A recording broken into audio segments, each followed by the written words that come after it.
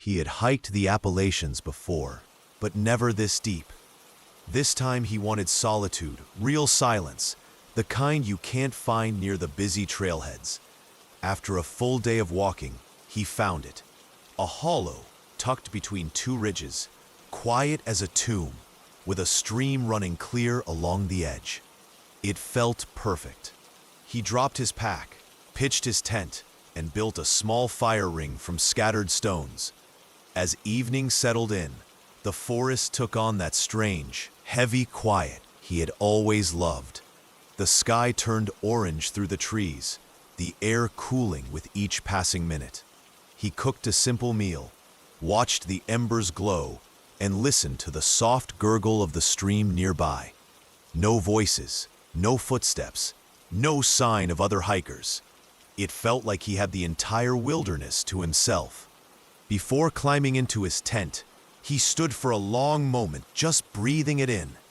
The kind of stillness that presses against your chest, where even the tiniest sound echoes like thunder. He thought it would be the best night's sleep of his life. But sometime after midnight, the silence broke. He woke to a sound so sharp it seemed to tear through his dream. For a moment he lay frozen, straining to decide if it had been real. Then it came again, a long, drawn-out scream, rising and falling like a human voice. It wasn't the high yelp of a fox, nor the short bark of a coyote. This was different. It was almost too clear, too raw, as though someone in the distance was calling out in pain. He sat up, heart pounding, listening. The scream echoed once more, this time farther down the hollow, and the hair on his arms bristled. He told himself it had to be wildlife. People mistake animals for humans all the time, especially at night. Maybe it was just a bobcat, maybe. But deep down, he knew it wasn't the same. There was something in that sound that cut through him like a blade. He unzipped the tent, peering into the dark. The forest was still, unmoving. No breeze stirred the leaves, no rustle of branches, only the lingering memory of that terrible cry. The fire had burned down to faint coals, offering no comfort. He climbed back inside, forcing himself to believe it wouldn't return. But minutes later, when the scream came again, longer and closer, he realized the night was just beginning. The cries came at intervals, never regular, but always near enough to jolt him upright. At first, they seemed scattered across the hollow, distant and strange. But soon he noticed a pattern. Each one landed closer, as though something was making its way down the slope toward his camp. The sound wasn't muffled by the trees either. It carried with a clarity that felt unnatural, almost amplified, like the forest itself was helping it travel. He sat rigid in his sleeping bag, knife clutched in one hand, flashlight in the other. Each time the beam cut through the trees, it caught only endless trunks and shadows. But the screams went on, threading through the silence, stretching out until his chest tightened with dread. Then, without warning, the noise stopped. The sudden quiet felt even worse, like the hollow was holding its breath. He dared to hope it was over, that whatever it was had moved on. But just as sleep began to edge in, a new sound snapped him awake, branches snapping not far from his tent. And when the next scream came, it wasn't echoing from the ridges. It was just outside the circle of his fire pit. By the time dawn finally came, he was exhausted, hollow-eyed from a night spent gripping his knife and waiting for daylight. Nothing ever entered the camp, but the memory of that scream, so close, so sharp, stayed lodged in his chest. He debated leaving immediately, yet the beauty of the hollow in daylight almost convinced him it had been nothing more than his imagination. Almost. That evening he built a bigger fire, stacking wood high so the flames would last. The glow stretched farther into the trees, a fragile comfort against the growing dark. He told himself it would be different, that whatever had screamed the night before would be gone. But as the sky blackened, the noise returned. Not one voice this time, but many. Some high-pitched, like a child's cry. Others deep and guttural, like an old man howling through broken lungs. They overlapped and twisted, rising into a chorus that made his stomach churn. He stood frozen by the fire, staring into the woods. The flames wavered as though a heavy wind passed, though the air was still.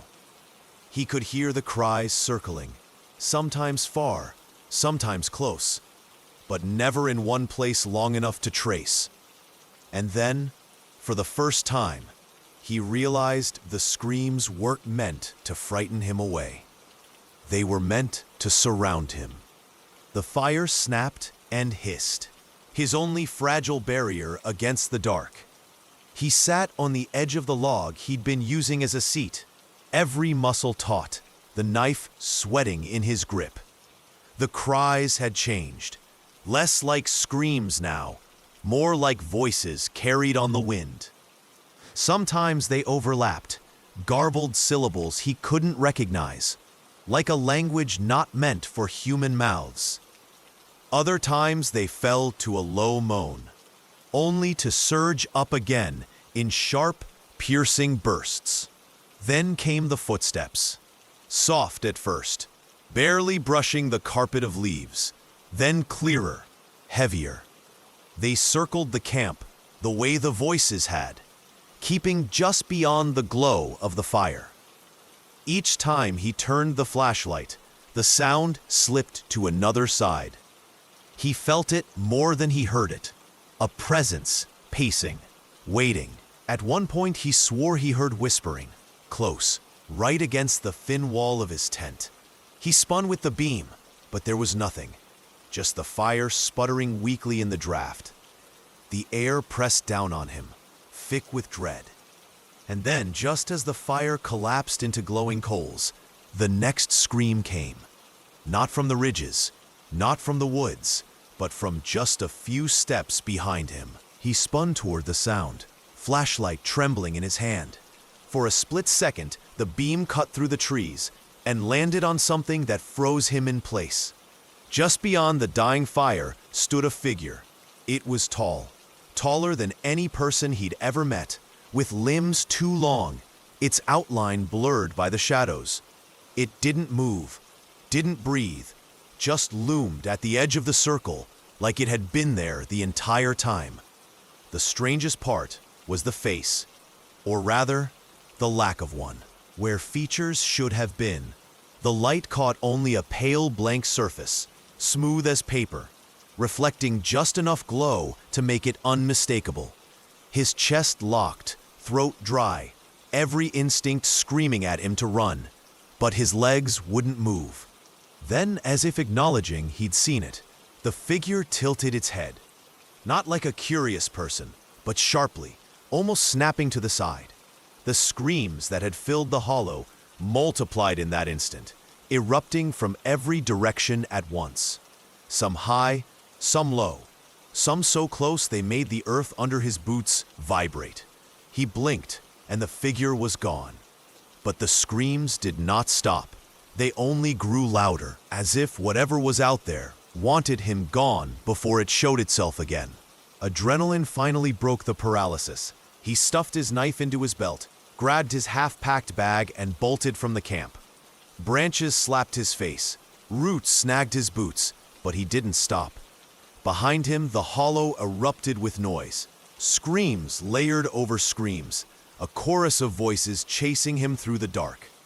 Some sounded like children crying, others like men shouting in agony. None of them felt natural. Every time he glanced back, the forest glowed with shifting light, as if faint lanterns bobbed in the trees. They weren't steady like flashlights. They flared and vanished, weaving between the trunks with impossible speed. His chest burned, lungs tearing for air, but he pushed harder, convinced that if he slowed even once, the figure would be right behind him. The trail felt endless, every turn looking the same, but he followed it by instinct, desperate for escape. The further he ran, the more the screams seemed to chase him uphill, bouncing off the ridges until they felt like they were inside his skull. And then, at last, he saw it. The wooden sign marking the junction with the main trailhead. Relief nearly dropped him to his knees. He staggered forward, but the voices didn't stop. They followed, stretching out into the night, urging him to keep running. He didn't stop running until the first hint of dawn painted the treetops. When the parking lot finally came into view, his legs nearly gave out beneath him. He threw his pack into the car, locked the doors, and sat shaking, chest heaving, as though the thin glass could protect him from whatever prowled the hollow. For a long time, he just sat there, waiting, expecting to see a tall, faceless silhouette emerge from the tree line. Nothing came. The woods stood still, as if nothing had ever happened. Back home, he tried to explain it. Friends suggested coyotes, bobcats, or owls. But none of those could mimic a chorus of voices. Children, men, women, all at once. All moving closer, weaving into a wall of sound. And none of them could explain the figure he'd seen by the fire. Too tall, too still, and far too close. Later, searching online, he found other accounts. Hikers describing the hollow screams, reports of voices that sound human until they twist into something else. Some even mentioned the faceless figure. They all had one thing in common. None ever camped there again. He doesn't call it a ghost or a monster. He only calls it a warning. Because in the Appalachians, silence is never just silence. And once you've heard the screams, you'll never forget them.